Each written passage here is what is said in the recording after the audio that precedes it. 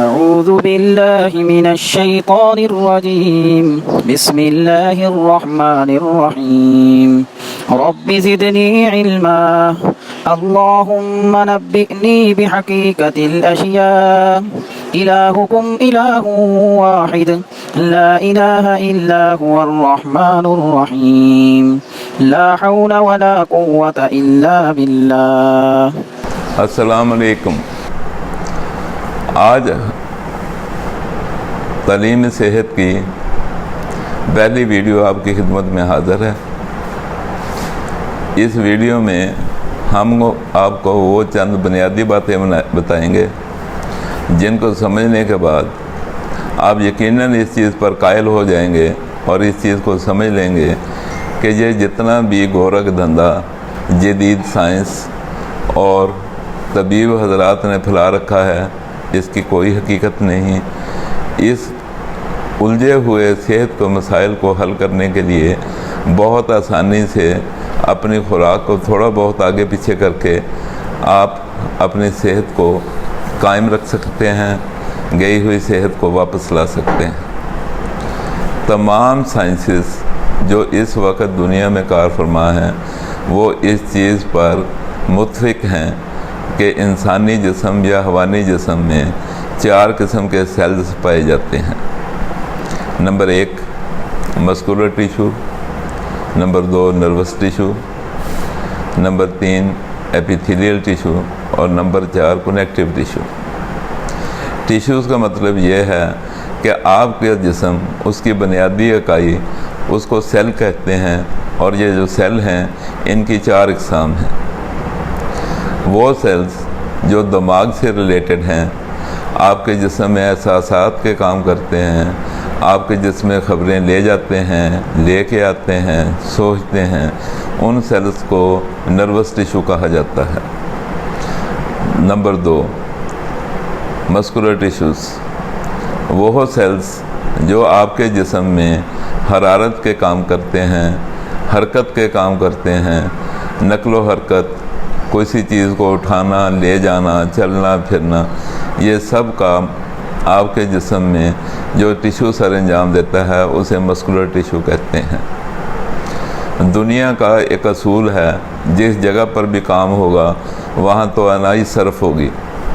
آپ کے جسم میں توانائی کو صرف کرنے کے لیے، توانائی کی پیدائش کے لیے اور کسی بھی چیز کے کام کرنے کے لیے جو توانائی کی درکار ضرورت ہے اسے فراہم کرنے کے لیے ایپیتھیلیل ٹیشوز اللہ تعالیٰ نے بنائے ہیں. ان سب کے علاوہ جب ایک چھوٹے چھوٹے سیلز وہ مل کر ایک بافت یا ٹیشو بنتے ہیں تو ان ٹیشوز کو، ان سیلز کو اپنے ایک دوسرے کے ساتھ جڑنے کے لیے جس مادے کی ضرورت ہے اسے کنیکٹیو ٹیشو کہتے ہیں. یہ نہ میری کوئی گڑھی ہوئی بات ہے نہ کوئی اور چیز ہے، اس بات پر سب متفق ہیں. اگر صحت کا معیار ان 4 کو ٹھیک کرنے پر ہی بنا لیا جائے تو اتنے بڑے بڑے مسائل کا گنجلک کام ان سے جان چھوٹ جائے گی. اللہ تعالیٰ نے اگر آپ کیمسٹری کو دیکھیں تو اس میں صرف 3 چیزیں، پراپرٹیز ایسی ہیں جو ہر چیز میں پائی جاتی ہیں. یا کوئی چیز الکلائن ہوگی یعنی اساسی، یا ایسیڈک ہوگی جسے ہم کہیں گے کہ یہ تیزابی خصوصیات کی مالک ہے، یا کوئی چیز سالٹش ہوگی، نمکین ہوگی جس میں نمکیات اور آئلز سب شامل ہیں. اللہ تعالیٰ نے یہ تینوں کیفیات جو مختلف ٹیشوز ہیں ان کے ساتھ منطبق فرما دیے ہیں. یہ قانون ہے ازل سے قائم اور قدرت کا قانون ہے جو ابد تک قائم رہے گا. نروس سیلز کو اپنی بڑھوتری کے لیے، کام کرنے کے لیے اور اپنی توانائی کو بحال رکھنے کے لیے جن چیزوں کی ضرورت ہوتی ہے وہ بنیادی طور پر الکلائن ہوتی ہیں. مسکولر ٹیشوز کو اپنا کام کرنے کے لیے، اپنی زندگی کو برقرار رکھنے کے لیے جن چیزوں کی ضرورت ہوتی ہے ان کی کیفیت تضابی ہونی ضروری ہے. اور ایپیتھیلیل ٹیشوز ان کو کام کرنے کے لیے جس کیفیت کی ضرورت ہے وہ سالٹس یعنی نمک اور روغنیات ہیں. اب ان چیزوں کو ایک بہت آسان طریقے سے سمجھ لیں. جیسے کسی بھی چیز کو ہم جب اس کو اینالائز کرتے ہیں تو یہ دیکھتے ہیں بھی اس میں ہے کیا. یہ سارے ٹیشوز پورے انسانی جسم میں پھیلے ہوئے ہیں. اگر ہمارے پاؤں کے اوپر کوئی چونٹی کاٹتی ہے تو اس کی اطلاع ہمارے دماغ تک پہنچتی ہے. یہ یقیناً وہ نروس، وہ سسٹم جو دماغ کا ماتحت ہے، سارے جسم میں پھیلا ہوا ہے، وہ اطلاعات وصول بھی کرتا ہے اور احکامات اس جگہ تک ان ٹیشوز کی بدولت پہنچائے بھی جاتے ہیں.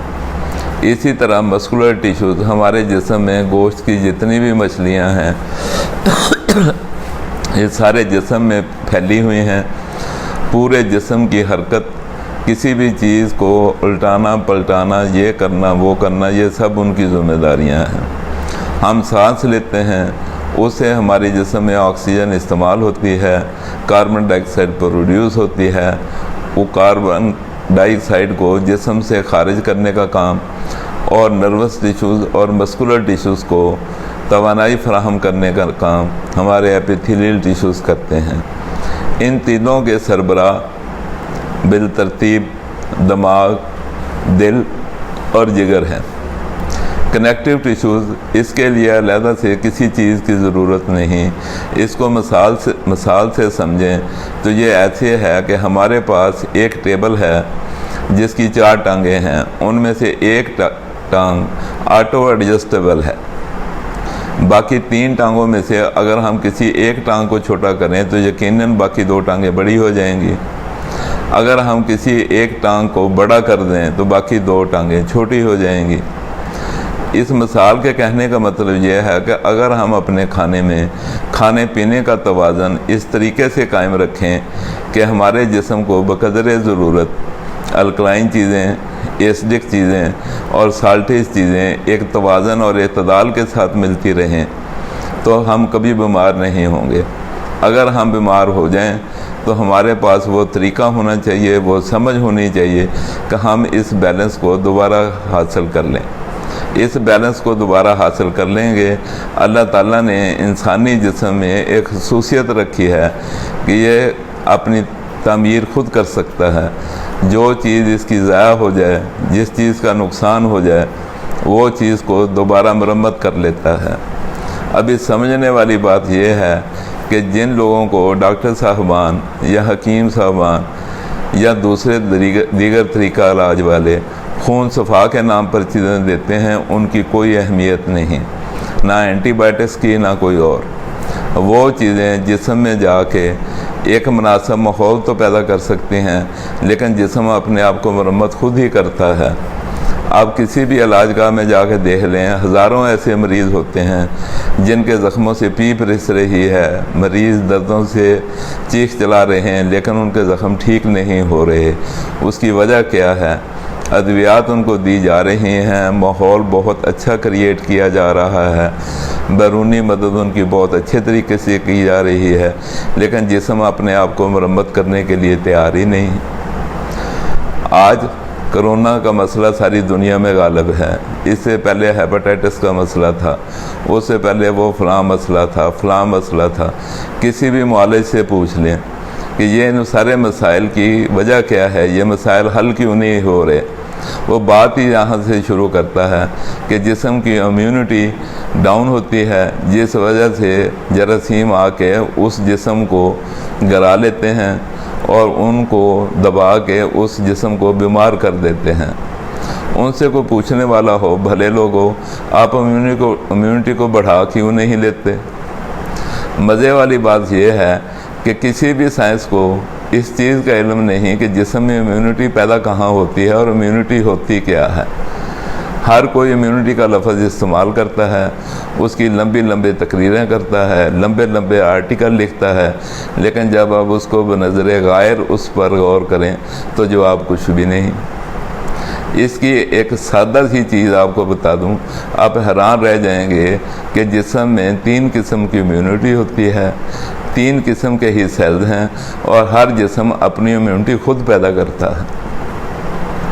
جس قسم کا ٹیشو ہوگا، جس قسم کا سیل ہوگا، اس کے اندر اگر وہ چیز اتنی موجود ہے جتنی اس کو چاہیے، تو وہ چیز پاورفل ہے۔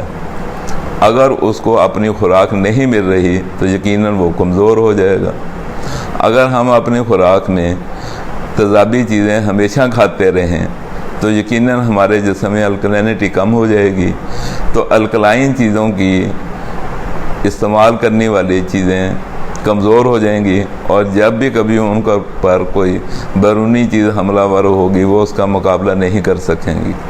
اگر ہم اپنے خوراک میں ان توازن کو قائم کر لیں تو یقیناً یہ بہت بڑے بڑے مسائل جن سے آج پوری دنیا پریشان ہے، پوری دنیا پریشان ہے، پوری دنیا پریشان ہے، یہ میں نے اس لیے دہرایا ہے تاکہ یہ آپ کو ذہن نشین ہو جائے کہ آج دنیا جس کرائسس پر کھڑی ہے اس کرائسس کا حل اتنا مشکل نہیں جتنا کہ پیش کیا جا رہا ہے۔ اب ایک سادہ سی چیز آپ کو ایک اور بتا دوں، آپ غور کریں، دنیا میں کوئی چیز ایسی نہیں جس کا حل قدرت نے پیش نہ کیا ہو۔ قدرت آپ کو بار بار سمجھاتی ہے لیکن انسان اس کو سمجھنا نہیں چاہتا۔ آپ اس قدرتی توازن کو جو نیچر نے پیدا کیا ہے اسے قائم کر لیں، آپ کی صحت لازوال ہو جائے گی، آپ کے جتنے مسائل ہیں وہ حل ہو جائیں گے اور آپ کو کسی پریشانی کا سامنا نہیں کرنا پڑے گا۔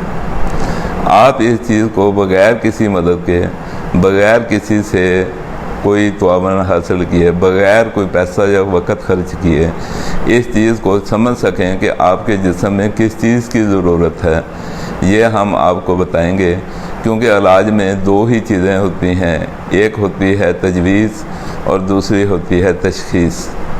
اللہ تعالیٰ نے جو جوڑے کا قانون بنایا ہے اس میں ایک چیز ہمیشہ مشکل ہوتی ہے اور دوسری آسان ہوتی ہے۔ علاج کے سلسلے میں یہ تشخیص اور تجویز کا جوڑا، اس میں تشخیص ایک انتہائی مشکل کام بنا دیا گیا ہے اور تجویز انتہائی آسان ہے۔ اگر تشخیص کا طریقہ جو ہم آپ کو سمجھانے والے ہیں آپ اس کو سمجھ گئے تو تشخیص اتنی آسان ہو جائے گی کہ جیسے ایک ایم اے پاس آدمی دوسری یا تیسری درجے کی کتاب کو پڑھ سکتا ہے اور سمجھ سکتا ہے، وہ کہتا ہے یہ کیا بچوں والی بات ہے۔ اس لیے کوئی زیادہ فکر مند ہونے کی ضرورت نہیں، اپنے آپ کو تیار رکھیں، آپ نے غور کرنا ہے، سمجھنا ہے اور اپنی صحت کو اپنے ہاتھ میں رکھنا ہے۔